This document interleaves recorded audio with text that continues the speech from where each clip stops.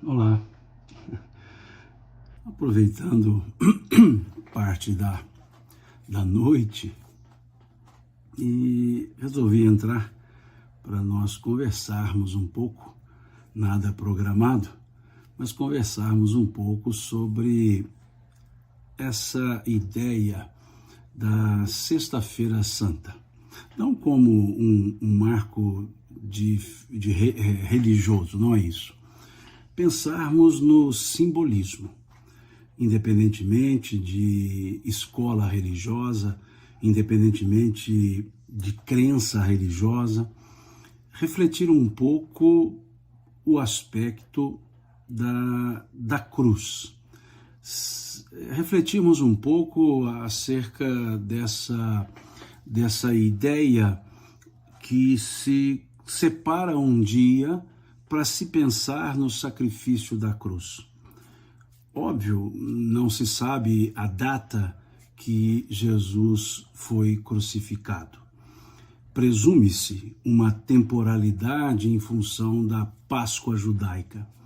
Mas o que interessa-nos não é necessariamente a data, mas sim o simbolismo do fato. O simbolismo do fato. Para a gente entender um pouco esse sacrifício da cruz, nós precisamos dar um pulinho no capítulo 16 do Evangelho de Mateus. Ali no capítulo 16, nós temos uma passagem que podemos chamá-la, e a exegese assim a chama, de a confissão de Pedro. O que é essa ideia, a confissão de Pedro?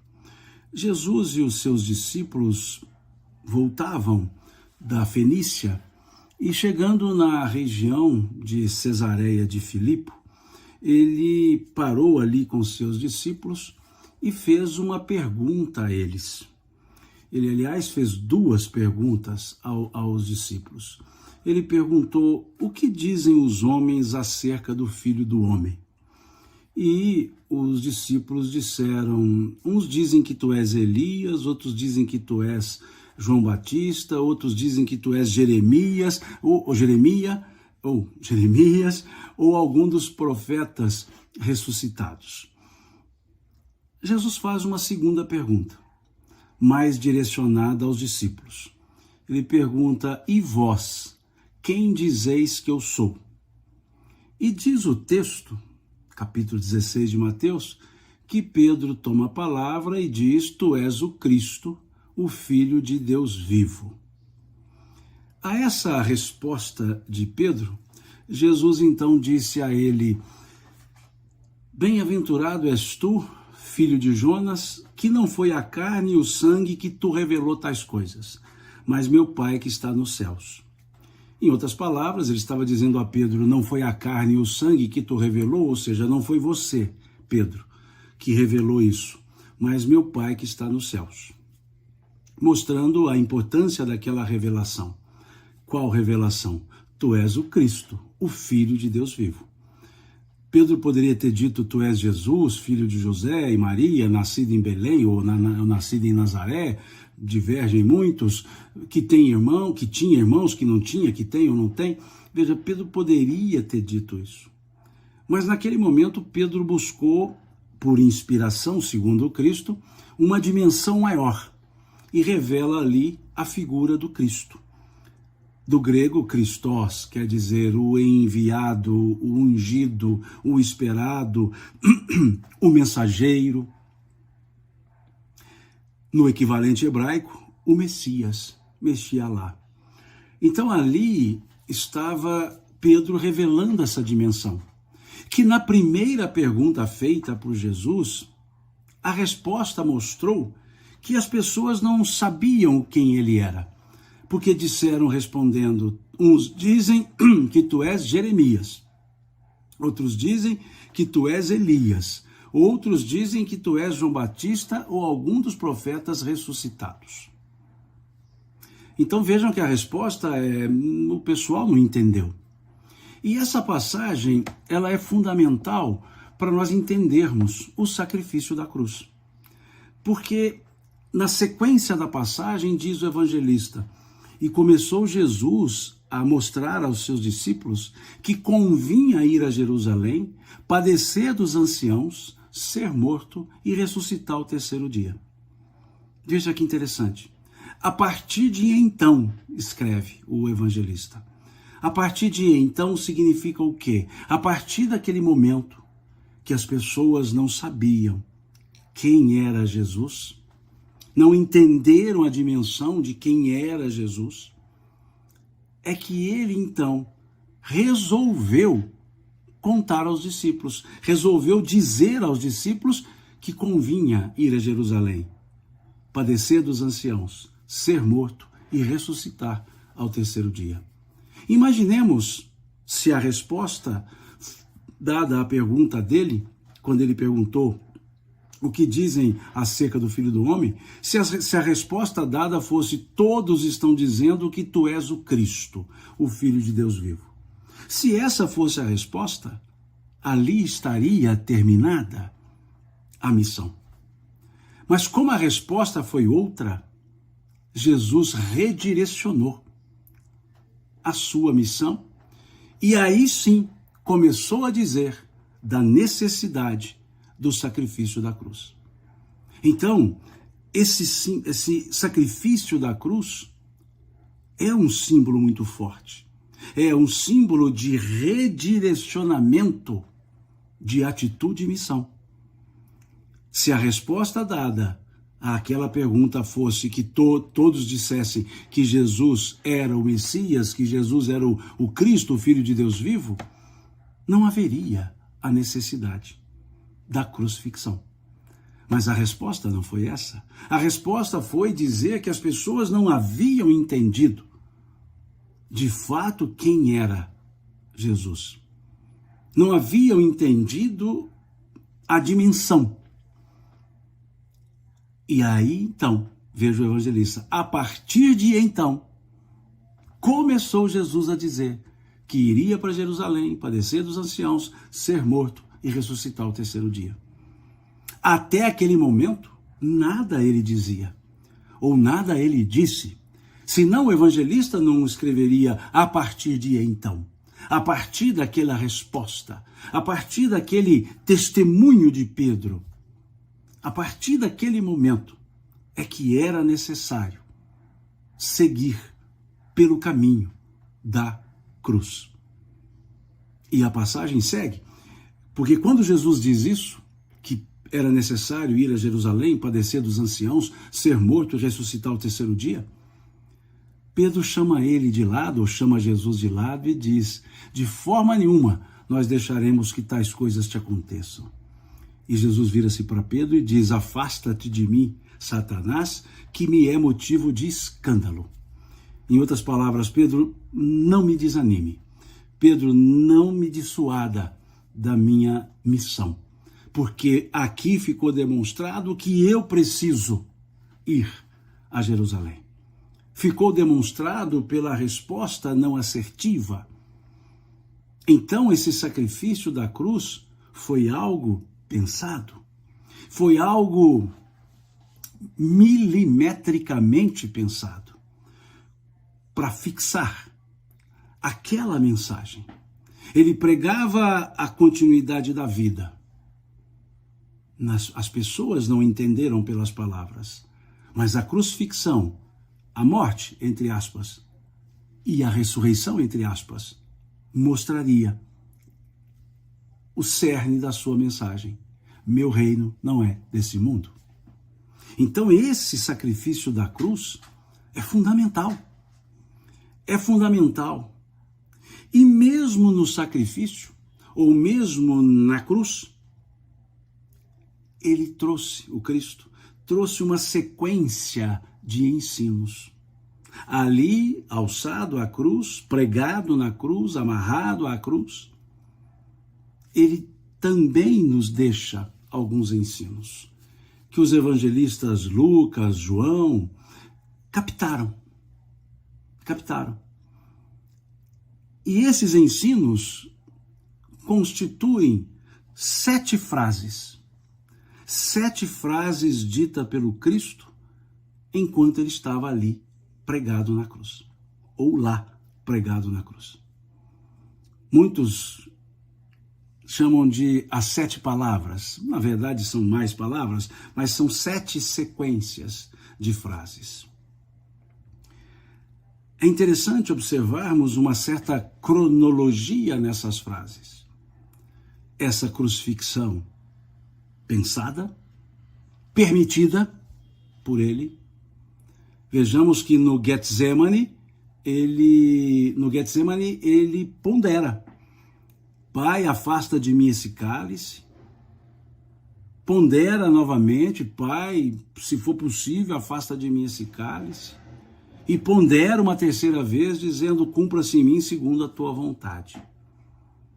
Ele diz uma primeira vez para afastar o cálice, e os discípulos que estavam com ele dormiam.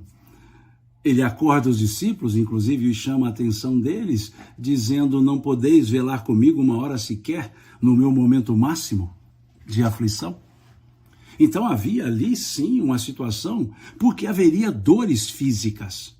Haveria o azorrague, haveria o carrego da cruz, haveria a crucifixão, que não há dúvida são situações dolorosas do ponto de vista físico. Jesus não trazia sofrimento, ele teria dor, mas sofrimento não, porque o sofrimento é moral. E Jesus não tinha motivos morais para o sofrimento. Mas dores físicas dilacerantes ele sentiria. Então, apesar disso, apesar dele ponderar: Pai, afasta de mim esse cálice, ele foi ao sacrifício da cruz, porque entendia que era necessário. Sem aquele sacrifício, o meu reino não é deste mundo, não seria comprovado. As pessoas não entenderiam, porque não entenderam. Foram 2 anos, mais ou menos, pregando até que acontece esse momento da chamada confissão de Pedro. E aí, por mais um tempo, ele continuou pregando, até que chega o momento da prisão, da condenação, da via crucis, da crucifixão. E ali era o momento dele deixar diversos ensinos.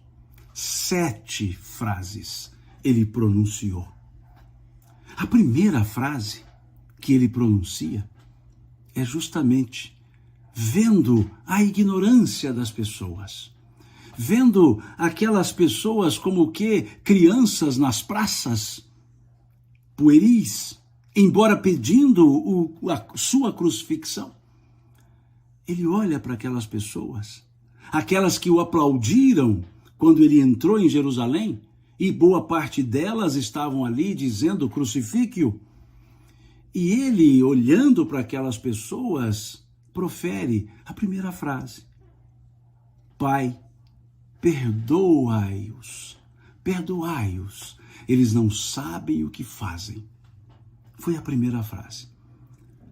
Qualquer pessoa ali pregada numa cruz estaria suplicando pela dor, mas ele pediu perdão àquelas pessoas, para aquelas pessoas, melhor dizendo. Pediu a Deus o perdão para aquelas pessoas e dizendo para que elas ouvissem: eles não sabem o que fazem. A ignorância. Se soubessem o que estavam fazendo, talvez não fariam, porque saberiam quem era aquele que estava na cruz. Mas não sabiam. Não sabiam.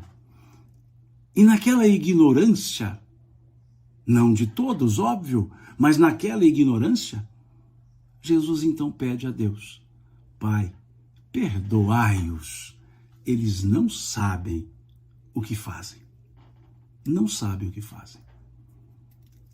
E as pessoas ouviram isso. Lucas ouviu isso. Capítulo 23 do Evangelho de Lucas. Ele ouviu isso. Desculpe, Lucas não ouviu. Lucas escreveu isso, perdoe-me. Lucas não estava presente, perdoe-me. Lucas escreveu isso. As pessoas ouviram isso. E Lucas escreve isso. Quem ouviu foi João, que estava lá. Mas João não grafa essa passagem. Lucas é quem a grafa.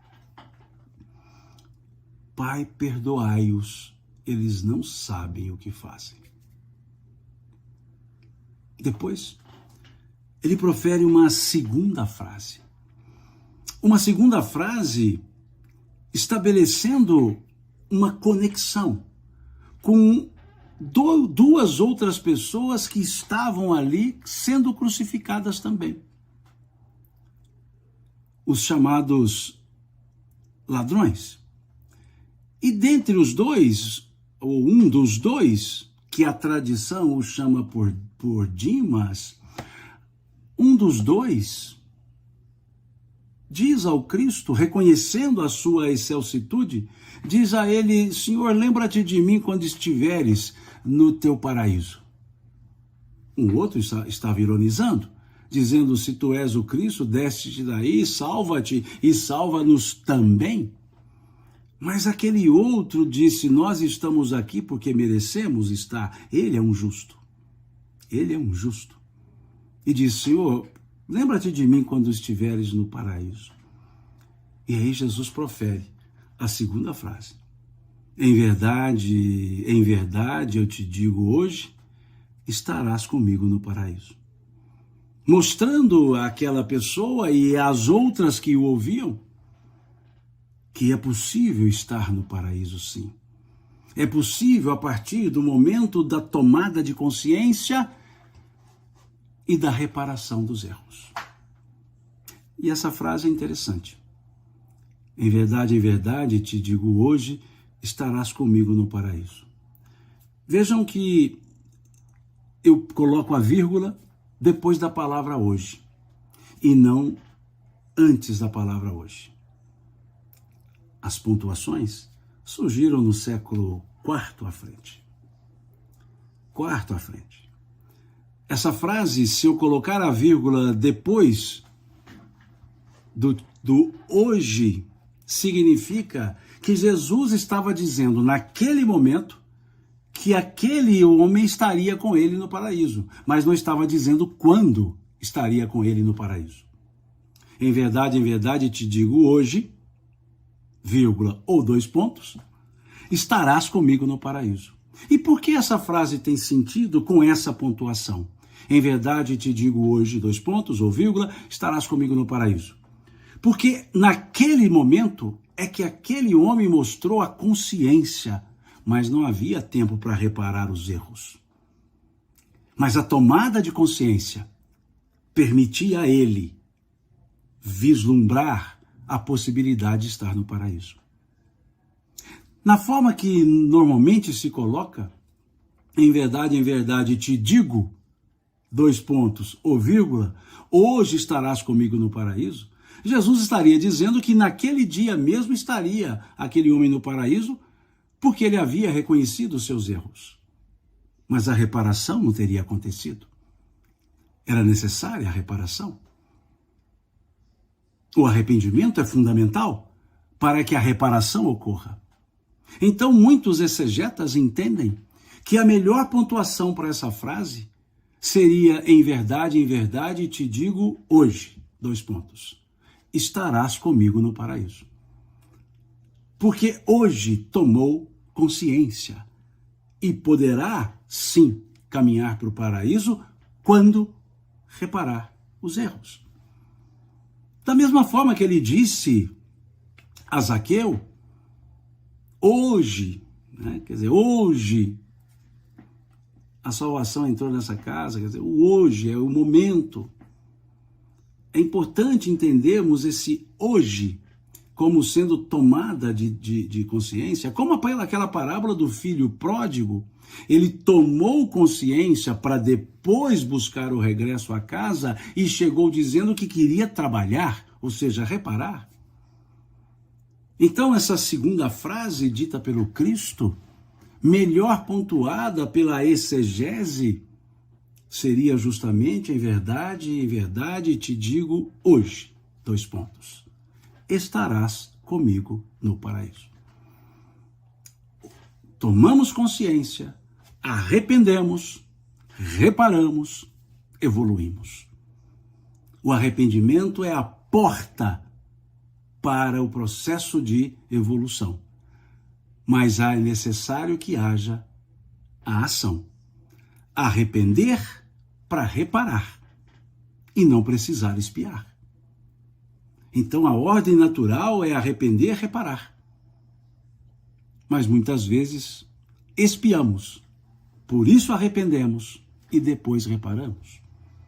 Então profere ali Jesus uma frase, a segunda frase, na cruz, orientando aquele que estava ao lado, também sendo crucificado. Não se preocupando consigo mesmo, mas se preocupando com aquele, para dizer a ele, que bom que você tomou consciência. Por tomar consciência, hoje você mostrou-se merecedor do caminho do paraíso. E ali, ainda na cruz, Jesus profere a terceira frase. Ali, ainda na cruz, Jesus profere a terceira frase, olhando para sua mãe, para a mãe dele. Olhando para a mãe dele, Jesus dá o encaminhamento. Ela ficaria sozinha. O filho primogênito não estaria mais com ela. O marido já havia falecido. E na tradição ela ficaria uma mulher sozinha. Era preciso que ela tivesse alguém para representá-la, para cuidar dela. Na estrutura judaica é importante que isso aconteça. E aí então, João grafa no seu evangelho, salvo engano, no capítulo 19, ele diz assim: mulher, eis aí teu filho. Filho, eis aí a tua mãe. Ali na cruz, ele vai cuidar ainda da mãe. Mulher não é uma forma pejorativa. É o equivalente a dizermos hoje senhora. Ele disse assim, mulher, eis aí teu filho. Hoje ele diria, senhora, eis aí teu filho. Filho, eis aí tua mãe. Para dizer que ela não ficaria desamparada. Civilmente não ficaria desamparada.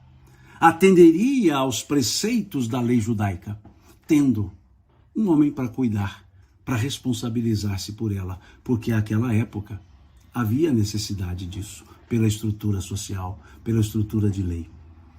E Jesus ali, já cuidando do povo, pedindo a Deus que o perdoasse o povo, cuidando do outro crucificado, dizendo que aquela tomada de consciência era o caminho aberto para o paraíso, vai cuidar da mãe. Vai cuidar da mãe para que ela não ficasse sozinha. E confere a mãe a João, mas dizendo a ele, filho, eis aí tua mãe. Se já que você é o meu irmão, seja então o filho. Cuide dela como cuida da mãe. Vejam que serenidade, que tranquilidade, apesar do sofrimento, apesar da dor física, apesar da dificuldade de se expressar pela pressão que ali ele sentia no seu corpo, na sua estrutura. E ele ainda vai dizer isso, mulher, eis aí teu filho, filho, eis aí tua mãe. Depois, passado um tempo, Jesus fala novamente. A quarta frase. A quarta frase, Jesus ali profere. E ele profere essa quarta frase de uma forma belíssima. Belíssima. Ele canta. Como assim canta? Sim, ele canta. Na cruz ele canta um salmo. Sim, ele canta um salmo, o Salmo 22. Lá no Salmo 22, já no começo do Salmo, ele canta: Eli, Eli, lama sabanati, ou sabactani, ou sabactani. No aramaico seria Eli, Eli, lama sabanati. O que ele estava cantando? O Salmo 22, que não tinha forças para cantá-lo inteiro, mas ele cantou a primeira frase para lembrar aquelas pessoas desse Salmo 22, que é chamado do Salmo do justo sofredor. Esse salmo só é cantado depois de uma vitória dolorosa. Depois que o vitorioso muito lutou, depois de muita batalha, ser vitorioso. E o salmo começa numa forma de antítese, dizendo Eli, Eli, lama sabanarti. Ele está dizendo, meu Deus, por que me desamparaste? Não é abandonaste. A tradução correta não é abandonar. Sabanarti quer dizer desamparo. E é seguido esse salmo. Depois dizendo o salmo, reconheço a tua grandeza e sei que me amparas, e sei que a mim me proteges, e sei que em tu tudo deposito. E vai seguindo. Só que ele não canta o restante do salmo, por falta de forças. Mas ao cantar, porque o salmo não se lê, o salmo não se recita, o salmo se canta.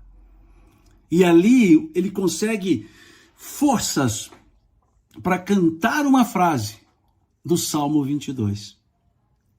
Eli, Eli, lama sabachthani. Meu Deus, porque me desamparaste? E segue o salmo. Então não é um lamento, é o salmo do chamado servo fiel. Se vocês olharem lá, depois vão lá no livro Salmos, pegue o Salmo 22 e vejam a frase que inicia o salmo, é a frase que Jesus canta na cruz. Profere esse salmo para reconhecer que ele era o servo fiel, porque esse salmo era cantado pela fidelidade, por aquele que era fiel até o fim, que seguia os seus compromissos. É o chamado Salmo do Justo Sofredor, é o chamado lamento poético do justo. Se olhar a exegese, encontraremos essas três expressões: lamento poético do justo, salmo do justo sofredor, salmo do servo fiel. E esse salmo nós encontramos referência da mesma ideia lá no livro do profeta Isaías, capítulo 52, salvo engano, que ele vai falar da tradição. Ele vai falar do glorioso Sião, da glória que Sião teria. O que é Sião? É o nome do monte. O monte onde estava erigido o templo de Jerusalém, Monte Sião. Isaías falava do oprimido. Então, vejam que nesse momento Jesus não estava reclamando de abandono. Ele estava recitando um salmo, o Salmo 22. E leiam esse salmo, abram o livro lá dos Salmos, leiam, e vocês verão a poética desse salmo. Vocês verão a cadência desse salmo. Vocês verão a profundidade e beleza daquele que sabe que o Senhor nunca o abandonará. Não é o lamento puro e simples, é o poético justo. É o lamento poético justo, entregando para dizer, como Paulo disse, combati o bom combate, ou seja, cumpri. Veja que interessante. 4 frases. Imaginemos ali a dificuldade para ele se expressar, porque estava numa cruz, e ele profere essas frases, e cada uma delas com um sentido. Perdoar as pessoas, indicar o caminho do paraíso pela tomada de consciência, arrependimento e reparação para aquele ladrão, cuidar da mãe, falando para João, e recitar o salmo do vitorioso, o salmo do justo sofredor, o salmo daquele que depois de uma árdua batalha encontrou a vitória. E ele profere a quinta frase.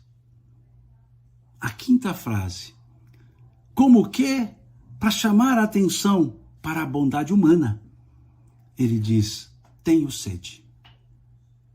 É a quinta frase, tenho sede. João grafa essa passagem, também no capítulo 19. Tenho sede. Como que a dizer às pessoas que é preciso saciar a sede física que ele sentia e a sede de conhecimentos que muitos não tinham. Era necessário saciar.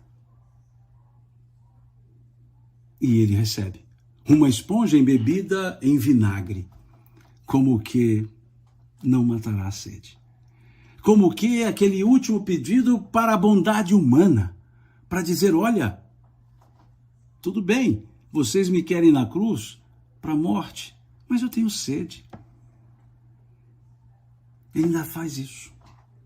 Embebe, coloca ali na boca aquela esponja, e ele nada fala ali. Guarda as forças. Guarda as forças, e depois de testar essa bondade humana, esse último pedido, aí ele se entrega a Deus. Ele diz: tudo está consumado. O que significa tudo está consumado? Cumpri minha tarefa. Voltemos lá naquele momento grafado no capítulo 16 do Evangelho de Mateus. Convinha ir a Jerusalém, padecer dos anciãos, ser morto e, aspas, ressuscitar ao terceiro dia. Convinha. E ele fez isso. Deu esses ensinos, e ali na sexta estrutura de frase, na sexta frase proferida na cruz, ele diz: tudo está consumado. Cumpriu a tarefa. Como Paulo também disse depois: combati o bom combate, guardei a fé, sou vencedor. E ali, então, ele diz: tudo está consumado. E estava consumado, porque aquele sacrifício da cruz marcou as pessoas que viram ali um justo. As que ironizavam-no tornaram-se sérias. Como que aquela pessoa podia ainda cuidar das pessoas, outras podia cuidar da mãe, podia cuidar da população que ali estava, podia intervir em favor da população, podia cantar um salmo. E aí diz: tudo está consumado. Como está consumado? Podem alguns perguntar. Se ele morreu crucificado. Estava tão consumado que nós estamos falando dele até hoje. Estamos falando de Jesus 2000 anos depois. Estamos revivendo a cena 2000 anos depois. E extraindo ensinos dessa cena 2000 anos depois. Então, sim, consumou, deixou ensinos, deixou exemplos. Tudo está consumado. Falando isso, ele encerra a sua carreira biológica, proferindo a sétima frase, dizendo: Pai, em tuas mãos entrego o meu espírito. Ou em outras traduções, Em tuas mãos entrego-me em espírito. A confiança em Deus, que talvez nos falte. Talvez nos falte em momentos difíceis dizermos: em tuas mãos me entrego em espírito, Pai. Talvez nos falte. E ele fala essa última frase para demonstrar o que era uma entrega ao Pai. Aquele que ele chamava, o Cristo chamava carinhosamente de Abá, papai, paizinho. Porque essa era a forma com a qual Jesus se referia a Deus. Não como El Shaddai, Elohim, Senhor, mas como Pai. Não Pai, papai, Abá. É o termo aramaico que ele utilizava. Abá. Então vejamos essa sétima frase. Pai, em tuas mãos me entrego em espírito. Entrego o meu espírito. Talvez nas crucifixões do dia a dia, nos momentos difíceis da nossa vida, falte-nos dizer isso. Em tuas mãos me entrego. Em tuas mãos entrego-me em espírito. E é isso que Jesus faz. E é a última frase proferida por ele. Grafada por Lucas, capítulo 22. Então vejamos que o sacrifício da cruz não foi somente um fato. Foi um fato carregado de ensinos. Primeira frase, Pai, perdoai-os, eles não sabem o que fazem. Segunda frase, em verdade te digo, estarás comigo no paraíso. Em verdade te digo, hoje estarás comigo no paraíso. Terceira frase, mulher, eis aí teu filho, filho, eis aí tua mãe. Quarta frase, o cântico do Salmo. Eli, Eli, lama sabachthani, lama sabanarti. A quinta frase, tenho sede. A sexta frase, tudo está consumado. E a sétima frase, Pai, em tuas mãos, entrego o meu espírito. Em tuas mãos, me entrego em espírito. Esse é o sentido do sacrifício da cruz. E eu uso a palavra sacrifício no sentido latino dessa palavra.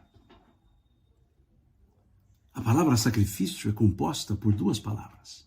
Sacrum e facere. Sacrum mais facere. Sacrum facere quer dizer tornar sagrado, fazer sagrado, tornar sagrado. Sacrificar um momento é tornar sagrado aquele momento. É tornar aquele momento um momento único, divisor de águas. Um momento sério. Então, quando dizemos sacrifício da cruz, Jesus tornou sagrado aquilo que para muitos era uma pena vexatória. A crucifixão era uma pena vexatória. Tornou sagrado o ato da dor. Tornou sagrado os 7 ensinos que ele nos trouxe nas 7 frases que ele pronunciou na cruz. Por isso, o sacrifício da cruz. Podemos sacrificar os nossos dias, os nossos momentos, tornando os nossos dias, tornando os nossos momentos sagrados. Sacrum facere, tornar sagrado. Então, temos amanhã um dia que a tradição católica erigiu e elegeu para refletir sobre o sacrifício da cruz. E volto a dizer, independentemente de estrutura religiosa, independentemente de religião, o fato da cruz aconteceu. Não se pode precisar a data, mas o fato sim. E esse fato, como todos os outros fatos da vida do Cristo, foi transformado em ensino. Porque Jesus ensinava fazendo e fazia ensinando.